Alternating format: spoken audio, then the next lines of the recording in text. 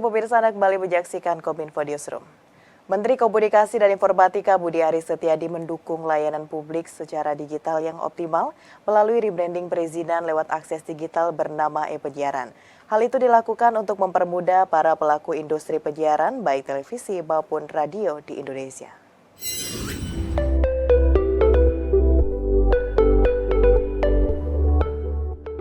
Kementerian Komunikasi dan Informatika mempermudah para pelaku industri penyiaran baik televisi maupun radio di Indonesia untuk mengakses layanan perizinan lewat akses digital yang baru saja dikenalkan ulang bernama e-penyiaran.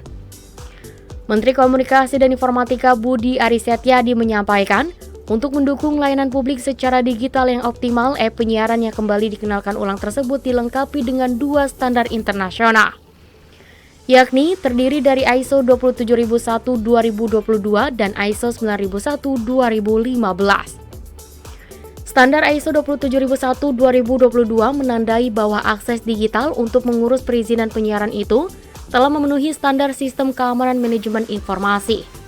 Sementara itu, ISO 9001-2015 menjamin bahwa e-penyiaran telah memenuhi standar manajemen mutu layanan penyiaran radio dan televisi. Budi juga menyebutkan beragam inovasi dibawa ke dalam aplikasi e-penyiaran, sehingga pelaku industri penyiaran bisa lebih mudah memantau proses pengajuan izin secara aktual, melaporkan masalah penyiaran hingga mengatur pembayaran izin secara lebih transparan. Tidak hanya untuk mendorong efektivitas dan efisiensi pelayanan, arahan Bapak Presiden Joko Widodo tersebut juga ditujukan untuk mendukung keterbukaan iklim investasi Indonesia. Salah satu perwujudan arahan Presiden tersebut adalah melalui rebranding aplikasi e-penyiaran untuk mempermudah perizinan penyelenggaraan penyiaran di Indonesia. Adapun terkait pengurusan perizinan, Kemenkominfo menjanjikan tidak akan memakan waktu lama, bahkan bisa langsung jadi dalam kurun waktu 1 hari atau dikenal sebagai someday service. Menkominfo pun berharap dengan pengenalan ulang e-penyiaran sebagai layanan publik untuk perizinan yang dapat diakses secara digital, maka iklim investasi di industri penyiaran bisa semakin positif. Pemirsa, regulasi terkait digitalisasi perizinan penyelenggaraan event memasuki tahap uji coba yang dimulai pada 11 September 2023. Digitalisasi layanan perizinan event secara terintegrasi ini dimaksud agar semakin menggerakkan ekonomi kreatif.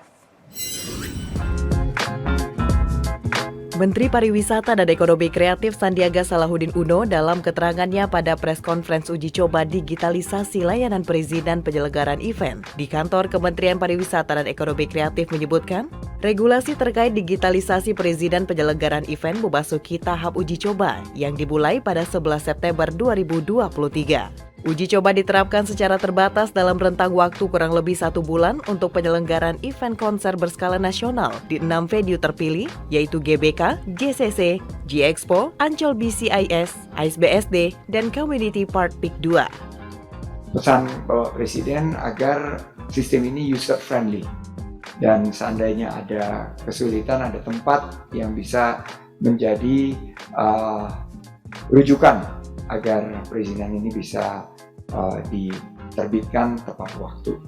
Uji coba ini pasti nanti banyak masukan, jadi nggak akan langsung mulus. Pasti ada beberapa tahapan, pasti akan ada glitch, karena ini namanya juga sistem baru.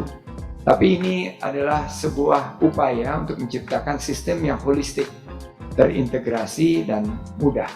Jadi mohon diberikan masukan, jangan dienyek, jangan diketawa-ketawain, tapi justru harus diberikan masukan agar proses penyempurnaan selama uji coba berlangsung ini bisa maksimal. Di kesempatan yang sama, Menteri Pendayagunaan Aparatur Negara dan Reformasi Birokrasi Abdullah Azwar Anas menyebutkan, digitalisasi layanan perizinan event secara terintegrasi untuk semakin menggerakkan ekonomi kreatif. Hal tersebut dilakukan sebagai bagian dari wujud reformasi birokrasi sesuai arahan Presiden Joko Widodo. Menteri Anas juga mengapresiasi seluruh kementerian lembaga terkait yang telah bekerja keras mewujudkan digitalisasi pelayanan perizinan event secara terintegrasi melalui pemangkasan bisnis yang signifikan. Kepala Pusat Data Informasi dan Komunikasi Kebencanaan Badan Nasional Penanggulangan Bencana Abdul Muhari menyatakan perlunya membentuk satuan tugas pengendalian kebakaran hutan dan lahan untuk sejumlah provinsi di Jawa. Sebab dilihat dari tren kejadian karhutla pada tahun 2019 dan 2023, peningkatan fenomena El Nino paling tertinggi terjadi di Pulau Jawa.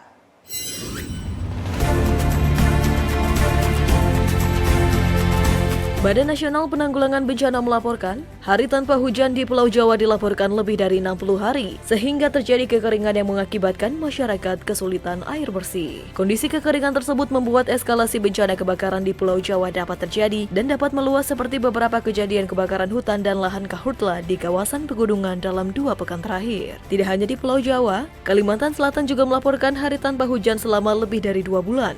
Namun situasinya masih cukup terkendali dan kebakaran cepat tertangani agar tidak mengganggu udara di negara tetangga. Hari tanpa hujan di Jawa itu sudah lebih dari 60 hari, berarti jadi ada kabupaten kota yang menyampaikan bahwa mereka sudah tidak ada hujan lebih dari 2,5 sampai 3 bulan. Jadi ini juga mengakibatkan ada kesulitan air bersih yang dialami oleh masyarakat Di sejumlah daerah ya. Benar.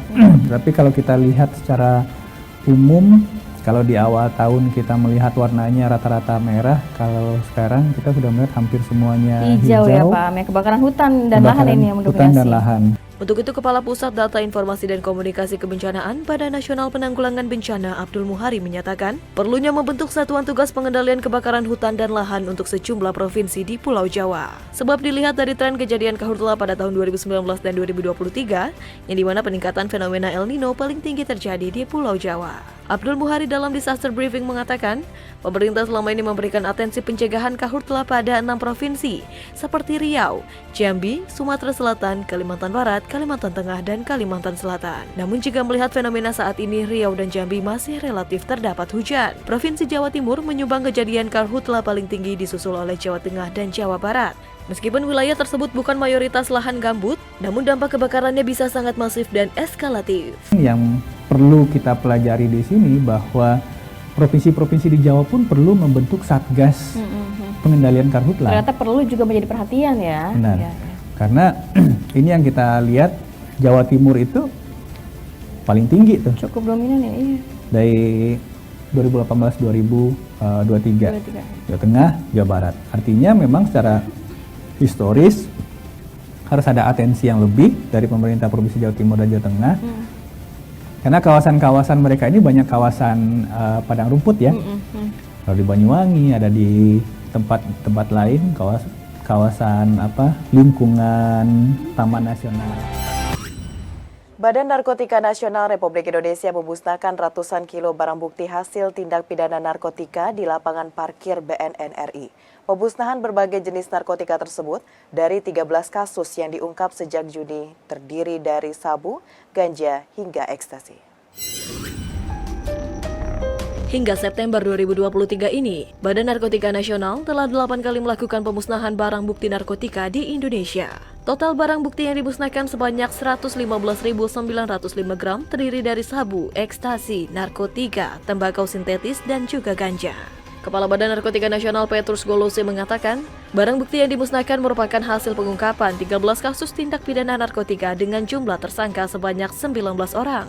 Sesuai dengan pasal 91, 92, Undang-Undang 35 tahun 2009, yaitu barang sitaan narkotika dan prekursor narkotika yang berada dalam penyimpanan pengamanan penyidik yang telah ditetapkan untuk dimusnahkan. Sebelum dilakukan pemusnahan, telah disisihkan sebelumnya 119.016 gram sabu, 463 butir ekstasi, 60 butir tablet narkotika, 2 gram tembakau sintesis, dan 1.328,27 gram ganja guna kepentingan iptek dan uji laboratorium di persidangan. Melakukan pemusnahan sabu seberat 115.905 gram. Ekstasi sebanyak 323.359 butir, tablet narkotika 61.140 butir, tembakau sintetis 234,00 gram, ganja 51.682,70 gram.